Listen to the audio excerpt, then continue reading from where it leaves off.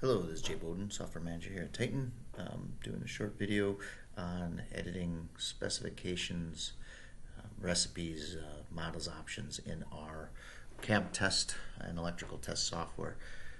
Had gone through some videos where I showed the operator interface along with the test steps, along with some maintenance. In another video, this one will be going through our spec spreadsheet, which is an Excel spreadsheet for creating and editing some of those. So in our folders, we have the C root drive here with our test folder, and then we have a specs folder inside of there. I'll just go up one level here so you can see here with our Cal and others. When we go in the specs folder, everything for test steps, procedures we do, everything like that is stored in this Excel test spreadsheet. If I open it up, you can see I have many different sheets in here. I currently have it open by the test software, so it's kind of locked, but that's all right. So you can see I have many spreadsheets here. I have tests, login, models, option sheets for all our options, models, different things, birth certificate for the reporting. Keep track of revisions of your spreadsheet, a few different things in here. The main one we'll focus on is this test spreadsheet. In here you can kind of see I have uniform columns here. One's for the tag, which is the name of the test. One's for the section that the test should be located in for organization. Command, which is pretty much the functions that we're going to carry out. Command detail are the parameters to pass to the command, whether it's enabled, status, pass, fail, a couple other things on the end here. What you'll see here is this spreadsheet links up with the tests that are over here in your test list. So operator ID is right there, setup section, we'll have an its setup, serial number, model number, all those in here show up in the test list. So if I close this menu, you can see I can expand this. You can see all my different test steps, my different connection steps, and those relate to these tests here. So serial number, you can see it has one line item in here, but when that test is run, it will run these, let's say 10 lines of code, which will carry out these functions. So the command column really dictates what's going to happen. So set object is a command that all these commands we have built into the engine. So the engine that's running in the background here knows how to interpret these commands. So when you call set object, it's basically like calling a function back into the engine with these parameters. So normally, let me go to one that has one here for the connection screen. So the connection here has a bunch of different tests, and there's all get called when you run that line in the test. Set object will change it to this picture. So when they run, this picture will get changed to that connection 1 JPG. Verify is a test that really just sits and waits for the operator to answer yes or no. So the prompt changes to connect that connector to the roof, to the base of the roof, press yes to continue. So that'll change that there. And then goes on to the next step. Set object, it'll change the picture to this one, and then wait for the operator to do that. For the operator to press yes or no once that's done. So for example, I'll just run this test step through here real quick.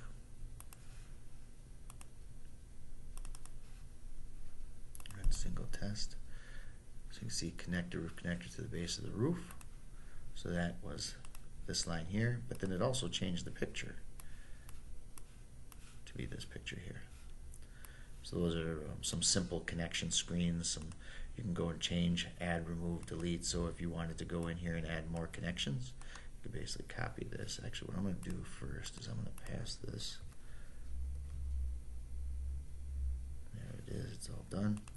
So now if you went here, you'd be able to see the status actually gets filled in live with the status file the test ran. So at any time you can bring the Excel visible and see live, pass, fail, and along with the live recorded values recorded. Now to edit new ones, if I wanted to add new picture, new connection picture, I can copy this line, insert it in here, change the name, change the text, let's say 14, change the text here to say something else, and then that would automatically add a new line in your test steps. What I'm going to do then too is in the folder here, show how realistically almost all your options, models, tests are stored in this one file. So all this data that's along the bottom that supports your test is all stored right here. So if you wanted to back up the whole test routine, just doing this, I just made a whole backup. So all these changes I started making here, adding new tests, removing them, deleting them, changing prompts, I have already backed everything up just by doing this.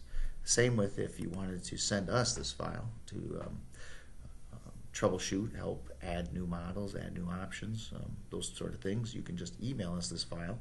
You can see it's about 535K. Send it to us. We can go add a new model in there, add new tests in there, anything, and just send it back to you. So as long as you create a copy, back it up, and you replace it with the new one we sent you, you just added a whole bundle of tests without really having to get into much configuration of the software itself. It can be all done right in Excel.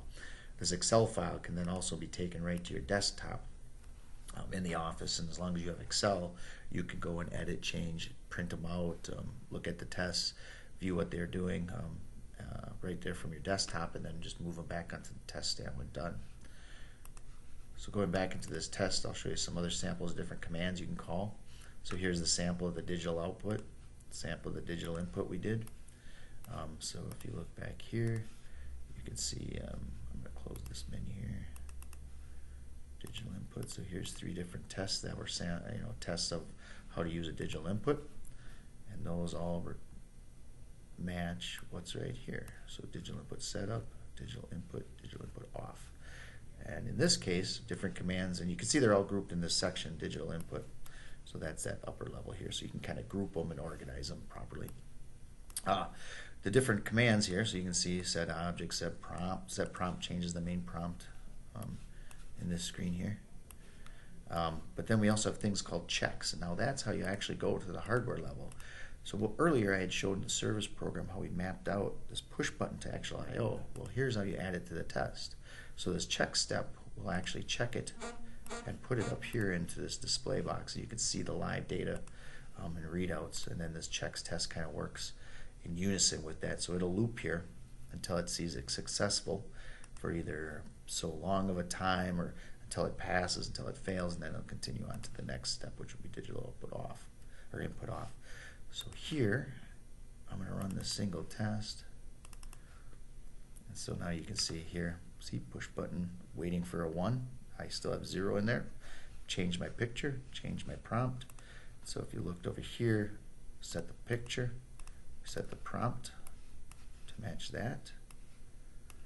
Push button shows up over here, and it's looking for a 1, 1. So this is our min max values.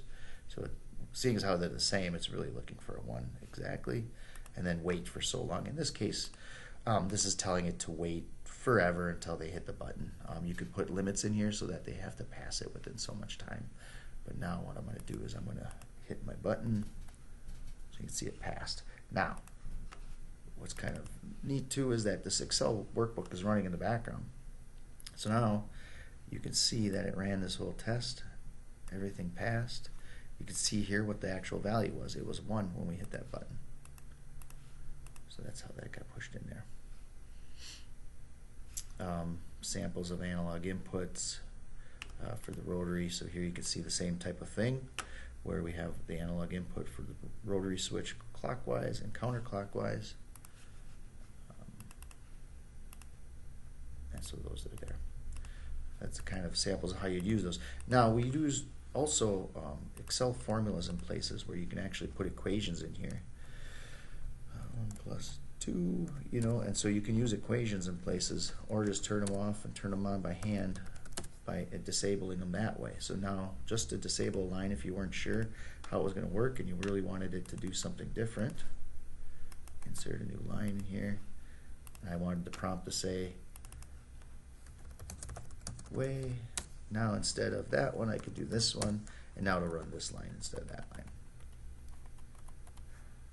If I wanted to create a whole new section, let me grab this whole section, copy, insert copied cells, I can just create a whole new group. Oops, I hit page. just copy this input down, and now I just created a whole new section. Oop. And I can change these names to whatever I'd want them to be, you know, and copy these down. And that, you know, so that would have created a whole new section in my test. So if I wanted to get rid of it, same concept. I didn't want this test anymore. I could either just set all their enables to false, just to disable until I know I want them gone, or I can actually physically delete them out of here. Other things too that we'll do, tend to do, is I'll go through adding new tests. Let's say it's a new test I want to try out. I'll give them a different color. Let's say that color. And now I can easily go through and say, hey, which test was it I was adding in? Oh, here it is. I can go through here. Once I know it all works the way I'd expect it to, I can change its background color back off. Because this is just Excel, so you can really do any formatting, color changes you wish. To make things easier for you to find, edit, change things. You could also, if that's the test you added in here, you could highlight it blue, send it to us here, Titan, and we can say, hey, yeah, maybe something was spelled wrong or not put right in here. We can help find that, run it on our desktop, see it simulated. Same with yours. You would be able to set up our software on your desktop, simulate it running in the background if you wanted to, and see how these tests actually work. Because that's really what I'm doing here with my simulation. Here I don't have all the hardware hooked up, but I can get our main engine to work on your desktop. Now the other options too, when you add options to this, we have the ability to enter in like filters in here. You can see the filter column where you have comma separated list of text that allows you to put filters, so when we go in and create your links to your lookup text files for what options, what models are selected per order number or serial number or VIN number, you can automatically have these get set to true or false based off of what's in, you know, this column here. So, you know, then at the end of it all, when we run through, you know, it looks something like this, and then we can link back to these cells to turn on and off tests back here in the test list. If you have a few advanced tags in here for if you want to add in programming controllers, updating reports, birth certificates, so you can go in here, change your logos, coloring, those sorts of things. But that would be the main interface for editing, adding, removing, deleting recipes, and test specifications and tests.